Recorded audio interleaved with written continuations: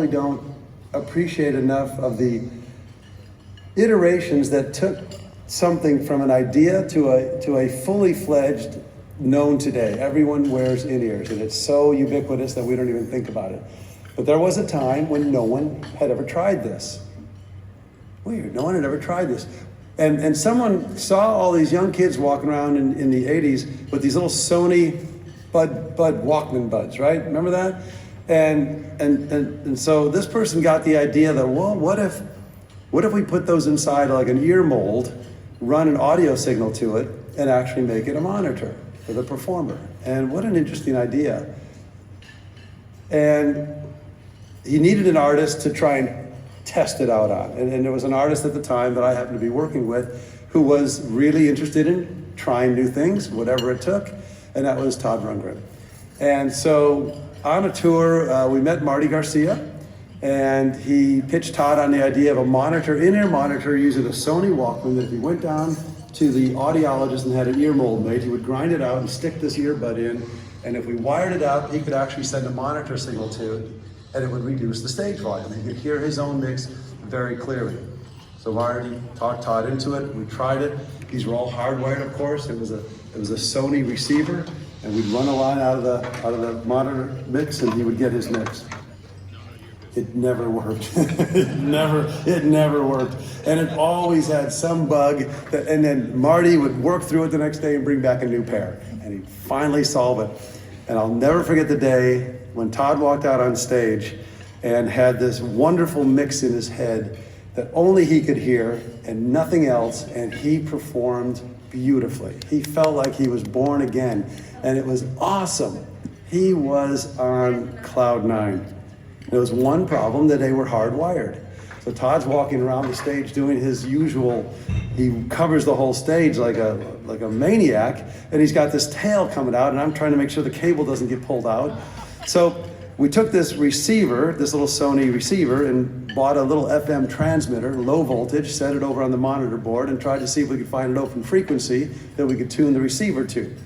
And lo and behold, most sound checks, the lower FM band was wide open. Wide open. You don't get to the stations until you get to the higher area. So I would tune in some open station, tune the receiver on Todd's belt to that open station, and he had a wireless monitor mix. He could go anywhere he wanted, and it was beautiful.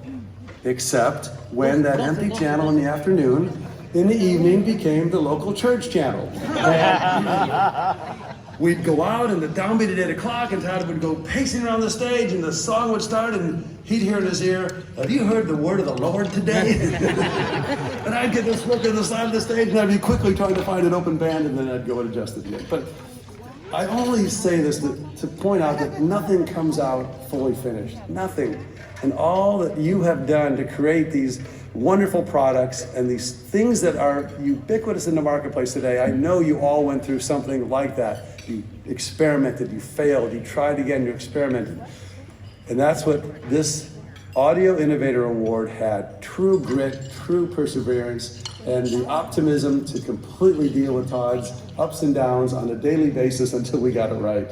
So it's just so fitting that something we use today, without even thinking about it, protects our hearing, helps our artists be more creative, and used in ways we never even dreamed of, would be the winner tonight of the Parnelli Audio Innovator Award. Now, for those of you who weren't on tour in those early mid-'80 tours, I think we have a little something to watch.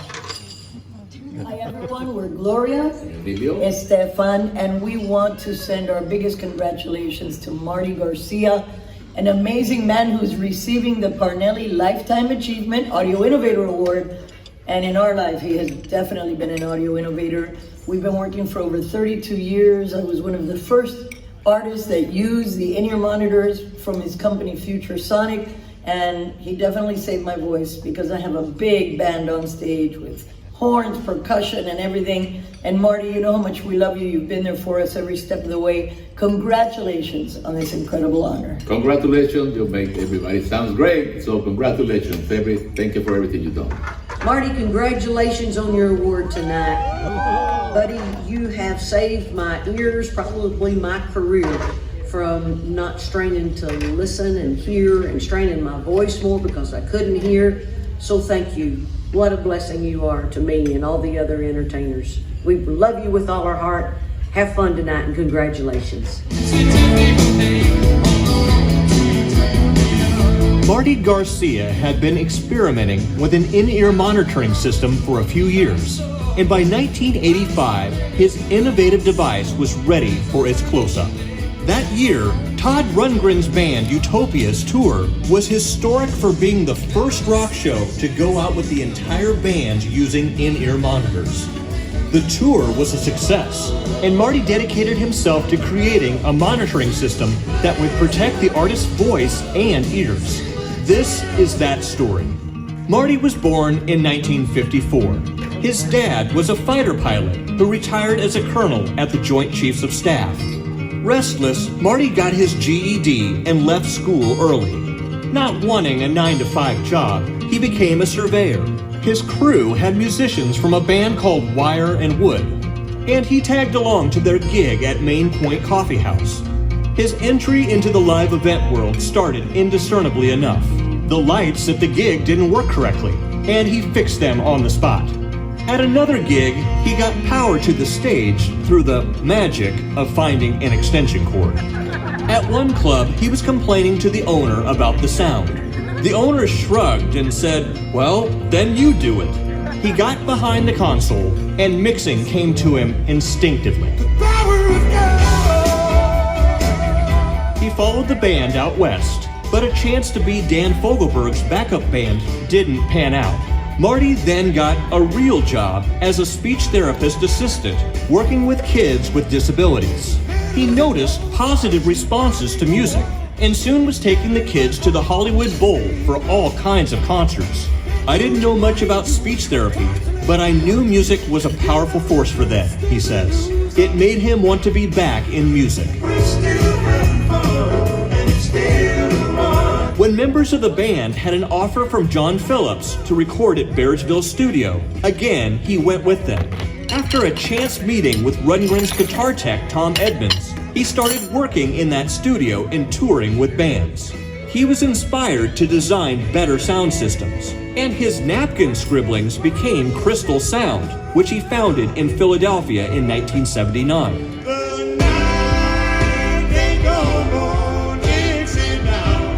The consoles that he built were innovative, including one with 4-band full parametric EQ on every channel.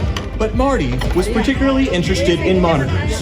He believed that if you could make the stage sound good, the house engineer would have an easier job. He became especially sensitive regarding the singer's vocal cords, as while musicians habitually turned up their instrument volume, singers could not. On a Grover Washington Jr. tour of Japan, he happened on a new device, a Sony Walkman. It inspired him to experiment with in-ear monitoring devices. His real breakthrough came in 1982, when he was the first to make custom molds and worked with a local hearing aid manufacturer to make the first shell-looking earpiece.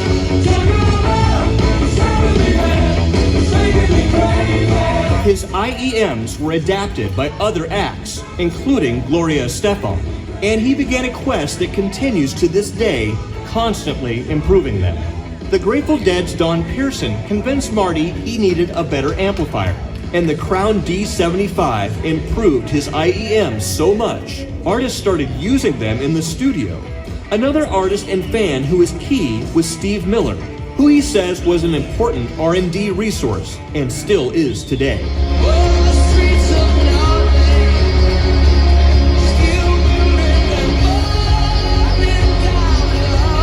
During the same year, he had been working with Bono, but the band was skeptical.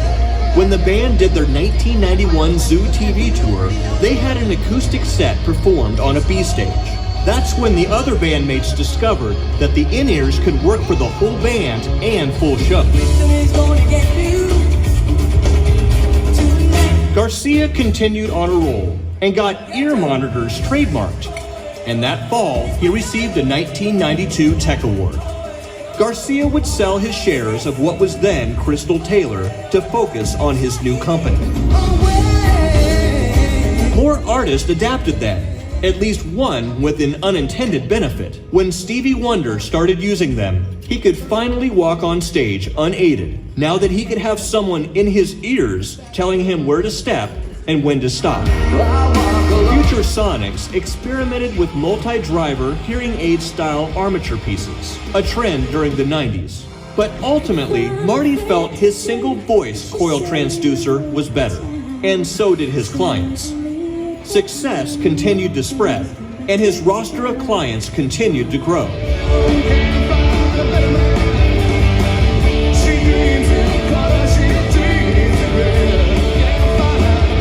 In 2001, he introduced the MG4 with proprietary dynamic drivers. In 2002, he was a consultant for Sennheiser wireless monitors. Also that year, he introduced the first universal canal earphones, Ears EM3.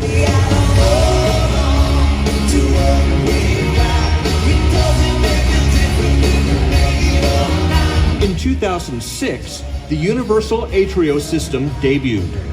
In 2011, he was inducted into the Tech Foundation's TECnology Hall of Fame. In 2018, he was honored by the Television Academy for his contributions at the 59th Grammy Awards. Reflecting back, he's grateful to work with many greats, and one of his fondest is Les Paul. They worked together for 18 years, chasing more sound, as Paul would say. It was Paul who in the 1990s encouraged Marty to continue with the voice coils transducers rather than multi-driver ones. As he told him, it is how we hear, not what we hear. Marty Garcia is listening.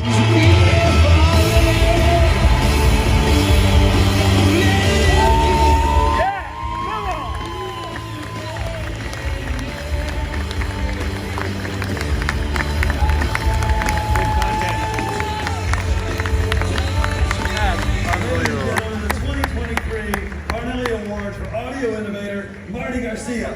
Yeah!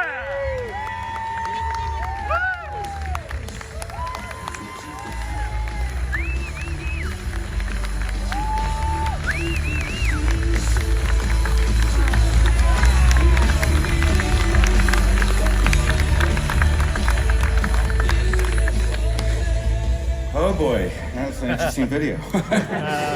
What an honor to be recognized. Thank you, Parnelli Awards, and all who put this amazing event together. Hey, Joe Lamond, remember? What happened in 1985 stays in 1985.